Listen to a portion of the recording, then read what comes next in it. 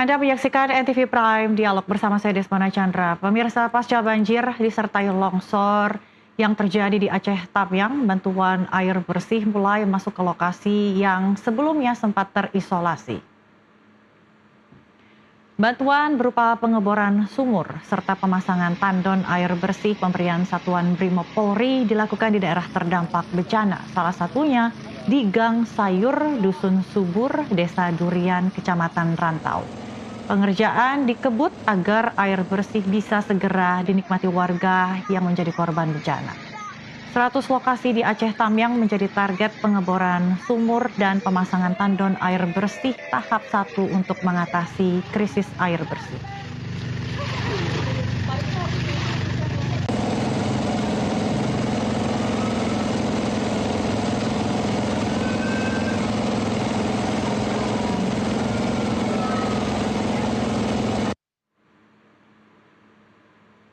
Tidak hanya air bersih, layanan kesehatan juga terus diterima warga Aceh Tamiang. Tim dari Pusat Krisis Kesehatan Kementerian Kesehatan mengobati korban bencana di pos kesehatan di Desa Babo, Kecamatan Bandar Pusaka. Setiap tim yang bertugas di pos kesehatan terdiri dari 1 orang dokter, 2 orang pesawat, 1 tenaga farmasi, 1 orang tenaga logistik, 1 orang petugas administrasi, serta 1 sopir ambulans. Layanan yang diberikan adalah pemeriksaan kesehatan umum, konsultasi medis, pemeriksaan tekanan, dan juga gula darah.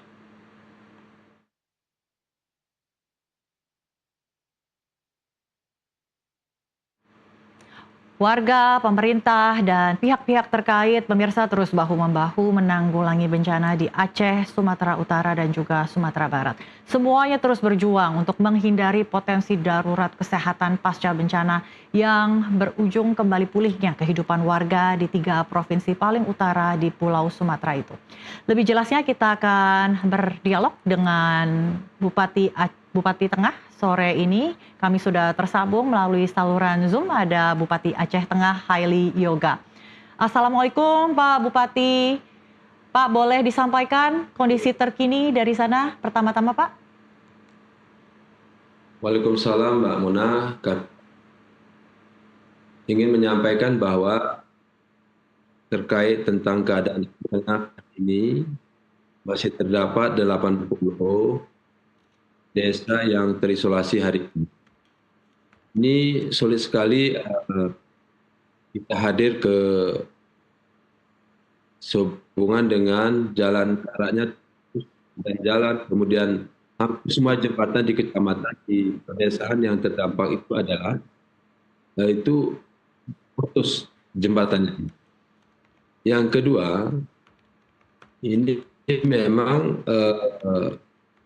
bantuan yang ke daerah terisolasi ini harus melalui pesawat udara, karena jalan darat dari 5 daerah yang jalan nasional selama ini kita lalui ini sebenarnya putus.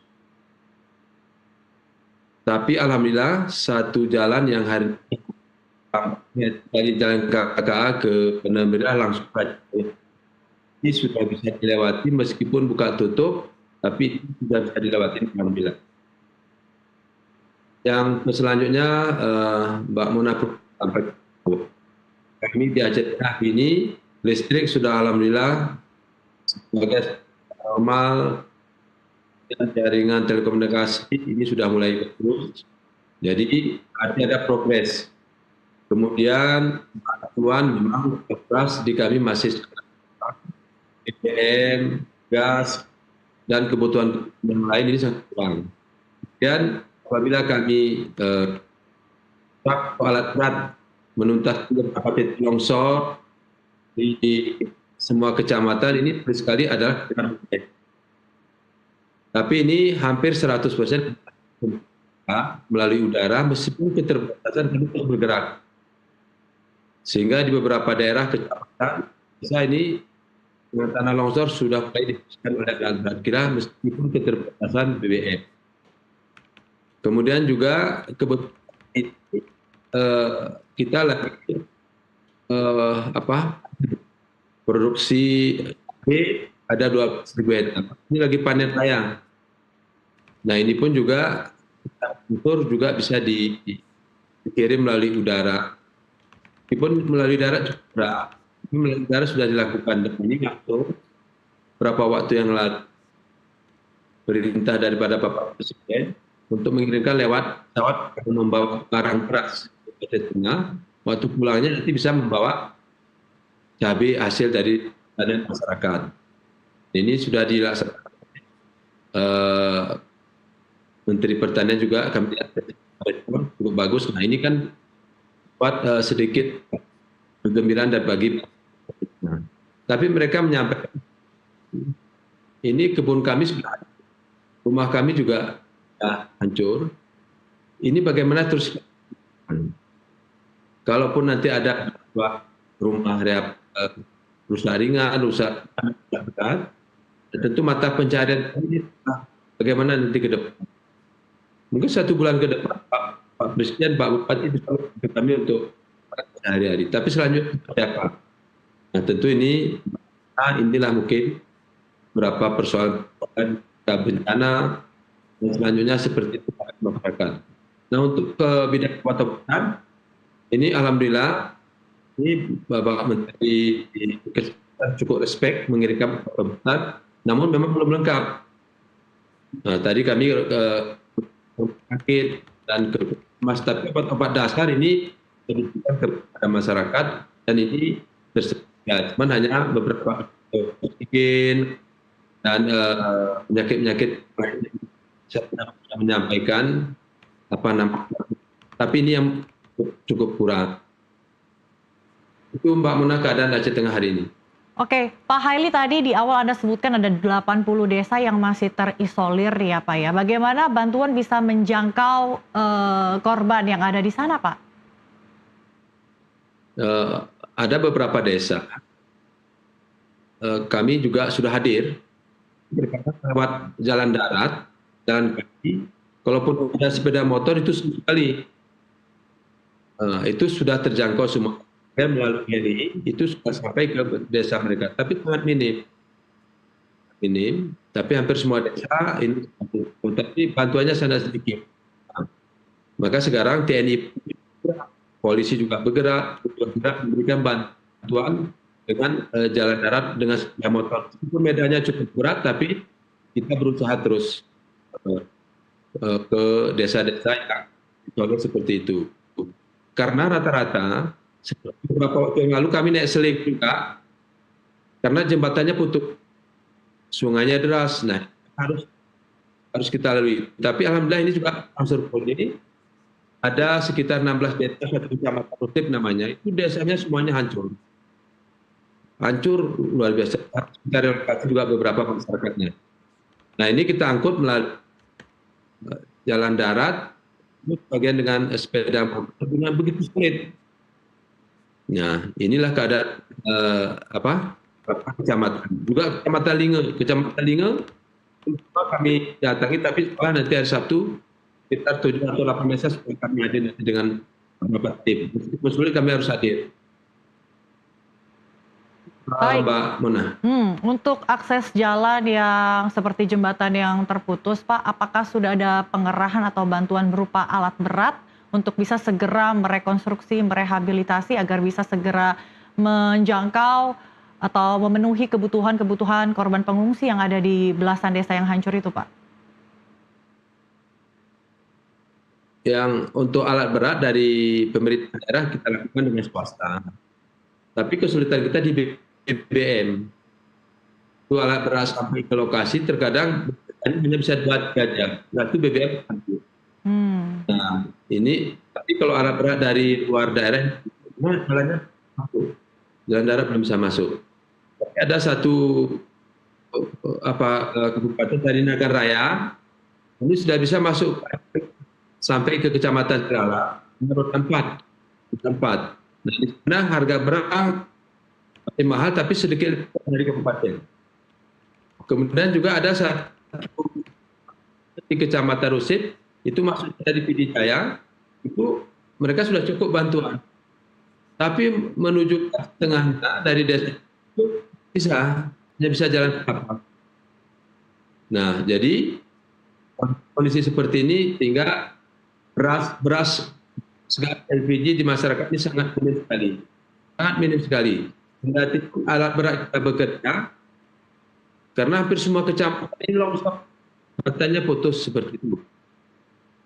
Itulah daerah kan terisolasi. Nah, sekarang masalahnya bukan hanya masyarakat yang terdampak gempa, longsor atau banjir bandang, tapi semua masyarakat kita penduduk Aceh Tengah 232 jiwa ini berdampak karena semuanya beras. Nah, ada beras yang masuk lewat pendatang, ini dilaksanakan oleh masyarakat dengan mengangkat beras dari Medan ke Berat, itu harganya kan lebih mahal.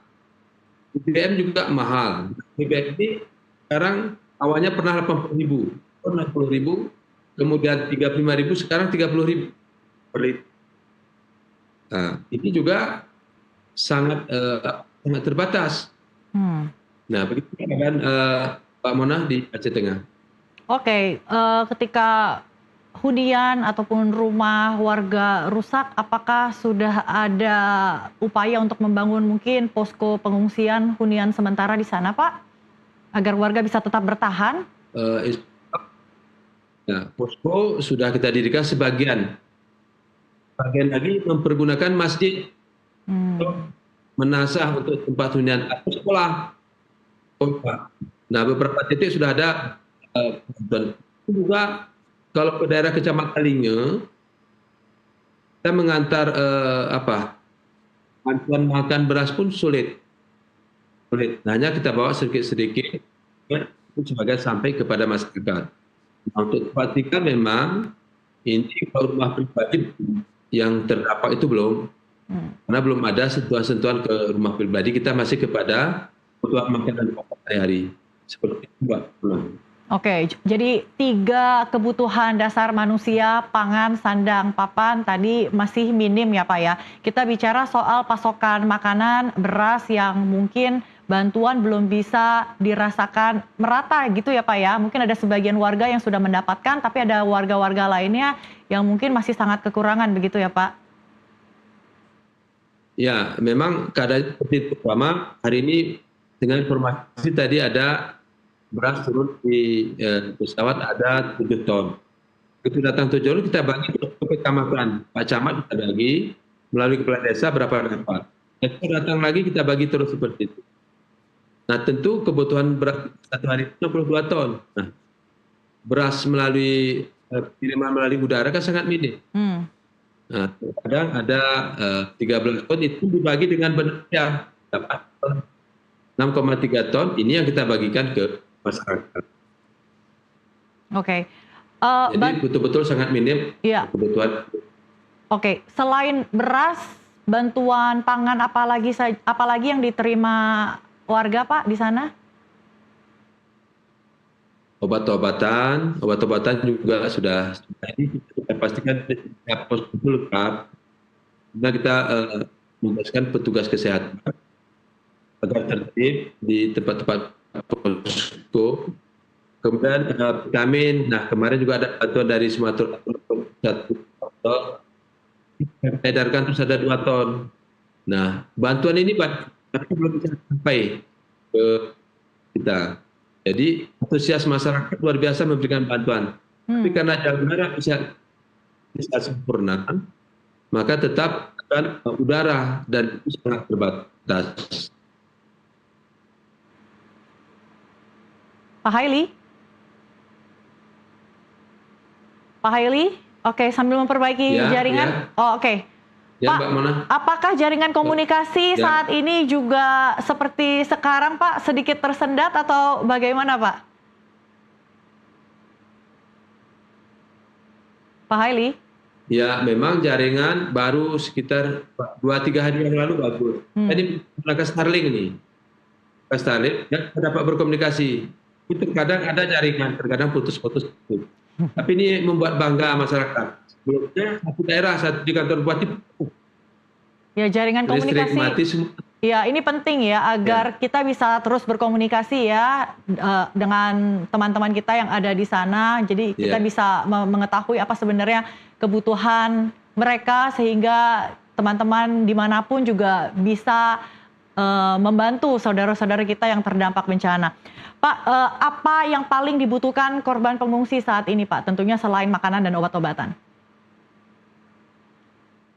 Yang mereka butuhkan hari ini Pak Bupati, kami butuh kami diperbaiki, jembatan kami diperbaiki. Kalau itu diperbaiki, jalan akses kemarin dapat diperbaiki, nah tentu kami bisa menjual komoditas kami yang ada di masing-masing.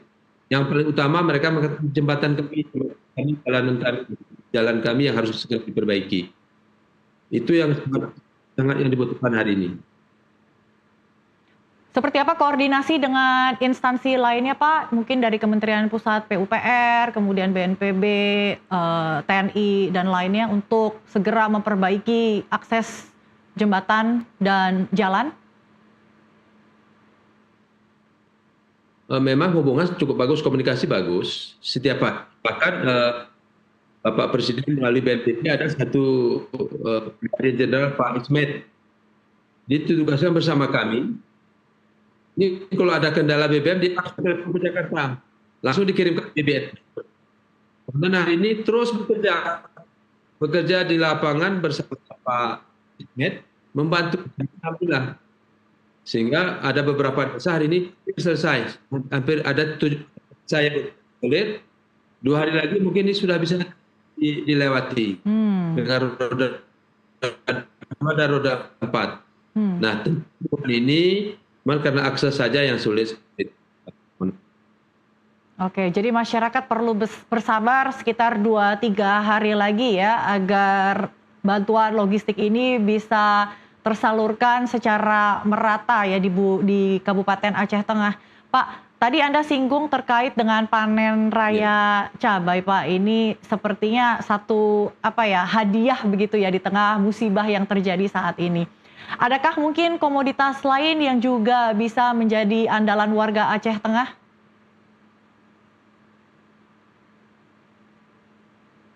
Ya, bubuk kopi gayo, alpukat, kemudian sekarang sudah mulai panen durian. Biasa durian ini juga langsung dikirim ke Sumatera, ke Pulau Jawa. Cabai juga seperti itu, alpukat juga. Kita daerah tujuan daerah pertanian, maka tomat juga hari ini panen raya juga hari ini, pun juga seperti itu. Maka dengan komitmen daripada kirim lewat udara sebagian bisa terbantu, maka masyarakat tersebut meskipun harganya sangat murah, ribu dari petani cabai dan juga durian juga cukup murah.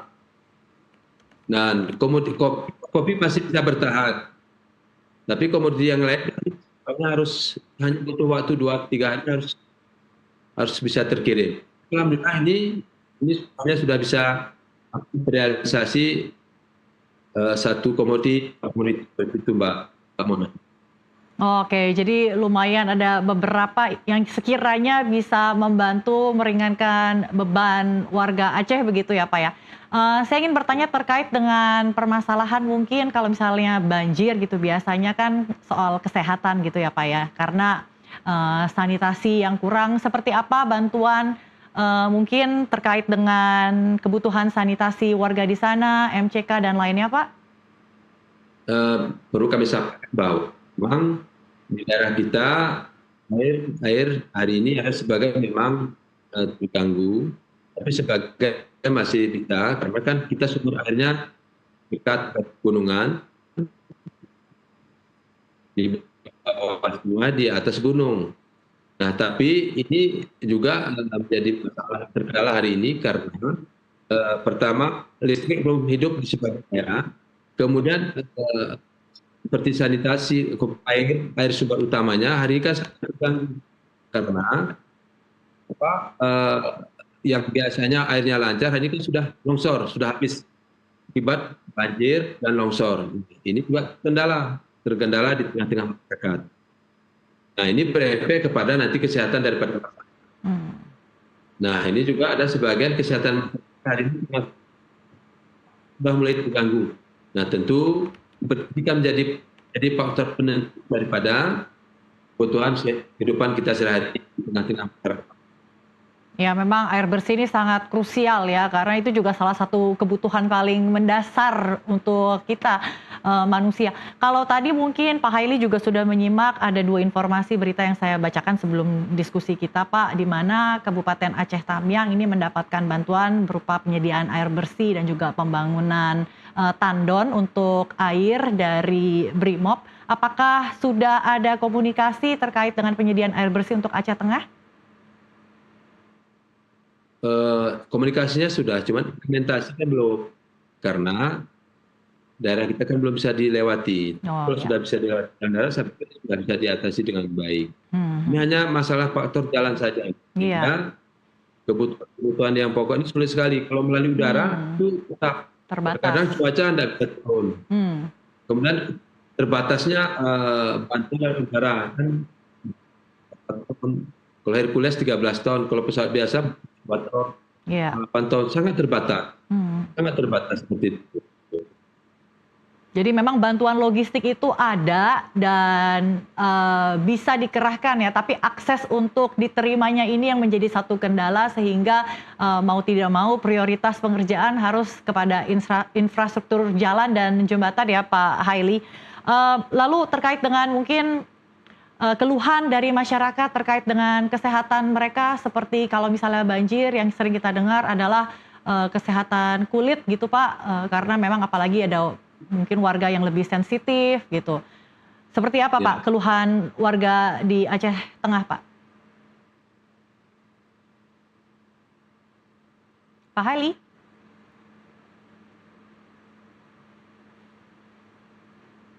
Pak Haili apakah terdengar suara saya?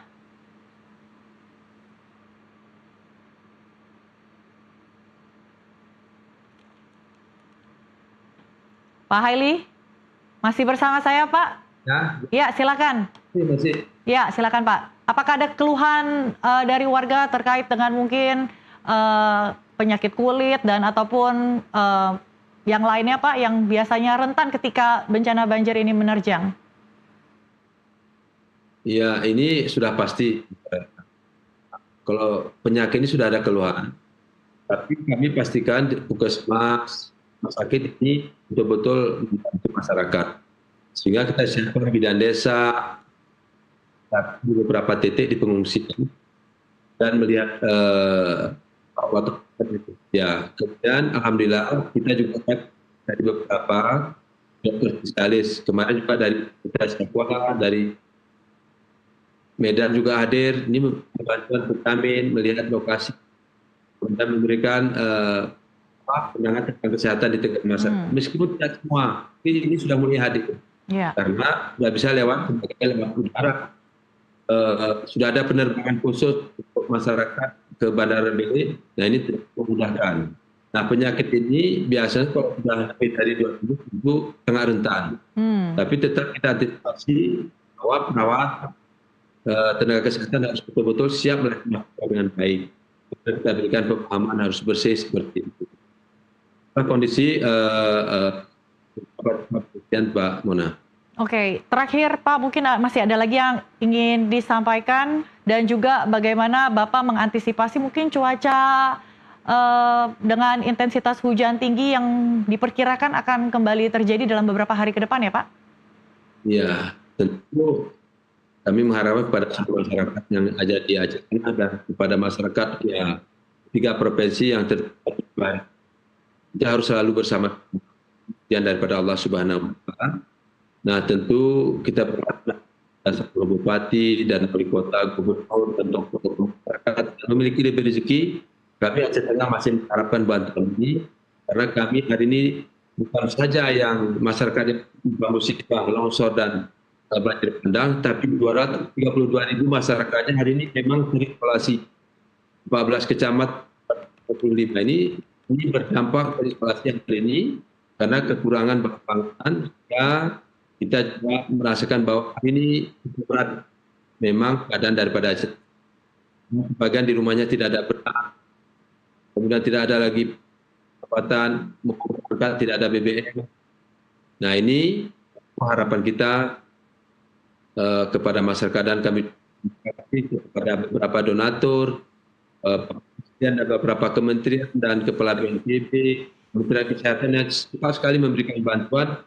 Dan hari ini Bapak Menteri Pertanian juga merespon untuk hasil pertanian kita untuk diterima di Jakarta, di Medan, dan ini sebuah kabar gembira bagi kita dari dataran tinggi Galuh, karena kita adalah daerah zona pertanian. Nah, harapan kami juga memang perhatian khusus daerah kita harus berbeda pertanyaannya, karena sampai hari ini sudah hari yang ke-20, ini masih 80 lebih desa yang dijangkau, dan hari ini kabupaten kita juga sudah dijangkau hanya melalui udara. Seperti itu. Baik, terima kasih. Kita berdoa mudah-mudahan semua selalu dengan penuh kesabaran, dan memang kami butuh bantuan untuk Aceh. Baik, terima kasih Pak Haili Yoga, Bupati Aceh Tengah. Tapi yakinlah ya Pak ya, melalui doa setiap kesulitan pasti ada kemudahan, dan setiap musibah pasti ada jalan keluar. Karena warga Aceh Tengah pasti membutuhkan sosok pemimpin yang bisa menguatkan dan juga membantu koordinasi untuk bagi kebutuhan, untuk memenuhi kebutuhan mereka Pak. Tetap berjuang ya Pak, tetap semangat. Terima kasih telah berbincang bersama kami di NTV Prime. Ya pemirsa, darurat kesehatan pasca bencana menjadi tantangan serius bagi warga yang terdampak di berbagai wilayah di Sumatera. Dan kondisi ini mengingatkan kita pemulihan bukan hanya soal infrastruktur, tapi juga memastikan kesehatan dan keselamatan masyarakat tetap terjaga. Saya Desmona Chandra dan mewakili teman saya Nasipi Lestari. Terima kasih atas kebersamaan Anda. Sampai jumpa.